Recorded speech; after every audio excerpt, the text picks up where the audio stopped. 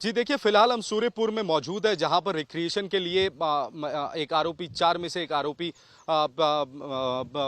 प्रभाष मंडल को यहां पर लाया गया था। और उसके बाद प्रभाष को जब यहां पर रिक्रिएशन किया जा रहा था, तकरीबन रात को साढ़े बारह या पौने एक बजे के आसपास उसको इसी जगह पर, ये पूरी तरीके से सुनसान जगह है और यहाँ कोई भी बस्ती आसपास में नहीं है। कम से कम 1.5-2 किलोमीटर के रेडियस में कोई बस्ती यहाँ पर है नहीं, लोगों का आवाजाही होता नहीं है यहाँ पर।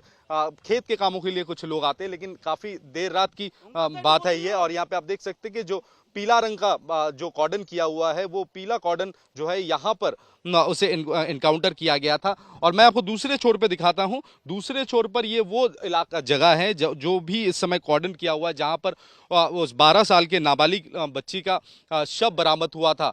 इस जगह पर लाकर उसे रिक्रिएट करने की कोशिश में थे पुलिस। और पुलिस की ओर से जो बताया जा रहा है कि तुरंत उसने कार्रवाई की और कार्रवाई करते हुए एक जो पुलिस वहाँ पर कई सारे पुलिस पर्सनल मौजूद थे, उनसे उनके फायर आर्म्स छीनकर कई एक गोली चलाई गई थी पुलिस को देखकर। और उसके बाद पुलिस की तरफ से पलटवार किया गया और उस पलटवार में एक गोली चलाई गई थी और इस गोली ठीक इसी जगह पर गोली लगी थी प्रभाष मंडल को। और उसके बाद प्रभाष वहां गिर पड़ता है। फिर पुलिस वहां पहुंचती है, पहुंचकर उसे तुरंत वहां से रेस्क्यू करके बारुपुर अस्पताल में ले जाया जाता है, जहां पर उसे ब्रॉड डेड कहा जाता है। अब ऐसे में कई सारे सवाल खड़े होते हैं कि रात के 12:30 पौने 1 बजे के आसपास उसे क्यों लाया गया। एक हाई प्रोफाइल क्या वो एक शख्स है जिसे गिरफ्तार किया गया था। और जो ये माना जा रहा है कि अगर दिन के समय पे लाया जाता तो लोगों में काफ़ी ज़्यादा आक्रोश था, तो यहाँ की जो कानून व्यवस्था है वो खराब हो सकती थी, इसलिए रात को लाया गया था। और रात के अंधेरे का मौका लेकर वो भागने की कोशिश में था, फिरात में था।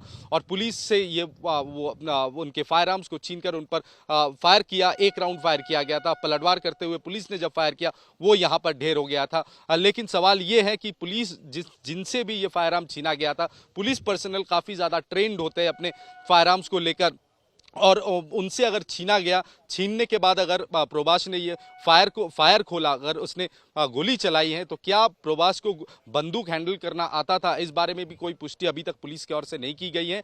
पुलिस ने साफ तौर पर यह कहा है कि हर पहलुओं को खंगाला जा रहा है। अगर इसमें कहीं पुलिस की लापरवाही सामने आती तो कड़ी से कड़ी कार्रवाई की जाएगी। लेकिन फिलहाल राजनीतिक तूल पकड़ चुका है यह पूरा मसला। विरोधी एकजुट होकर कहीं ना कहीं प्रशासन पर हमलावर होता हुआ दिख रहा है। लेकिन पुलिस ने साफ तौर पर कहा है कि एक उच्च जांच कमेटी इस पूरे मामले की जांच कर रही है। जो इन्वेस्टिगेटिंग ऑफिसर है उनसे भी पूछताछ किया जा रहा है कि कल क्या हुआ था, क्या इस हादसे को टाला जा सकता था, ताकि आगे जाकर इस तरह की घटनाएं सामने ना आए। लेकिन अभी तक ये तहकीकात के स्टेज पर है। पोस्टमार्टम रिपोर्ट आने के बाद और बारीकी से पता होगा कि ठीक किस वजह से उसकी मौत हुई है। लेकिन ये माना जा रहा है कि गोली लगने की वजह से बहुत ज्यादा खून बहा, उसके वजह से उनकी मृत्यु हुई है। तो समय बताया जा रहा है किसी जगह पर जहां पर हम इस समय मौजूद है, यहां पर ये एनकाउंटर हुआ था, जहां प्रभाष मंडल जो 4 आरोपियों में से एक है, बारुपुर रेप केस में उन्हें गिरफ्तार किया गया था, उसे यहां पर रिकंस्ट्रक्शन के लिए लाया गया था। यहां पे जो जगह आप देख रहे हैं, कॉर्डन किया हुआ है, पीला पट्टियों से घेरा हुआ है, इसी जगह पर उसका एनकाउंटर हुआ था। और जब इस जगह पर उसे लाया गया, क्योंकि यहाँ पर वो 12 साल के नाबालिग लड़की का जो शव है यहाँ पानी में फेंका गया था। और इसी दौरान अंधेरे का सहारा लेते हुए उसने कोशिश किया कि यहाँ से भागने की। और एक पुलिस अधिकारी जो थे, उनके पास से उनके फायर आर्म्स को उन्होंने छीनने के बाद एक फायर किया। पुलिस को देखकर पुलिस की तरफ एक फायर खोला। उसके बाद जवाबी कार्रवाई करते हुए पुलिस ने दोबारा एक रिटेलिएशन पे एक और राउंड फायर किया। और उसी राउंड पर वो यहाँ इसी जगह पर ढेर हो चुका था।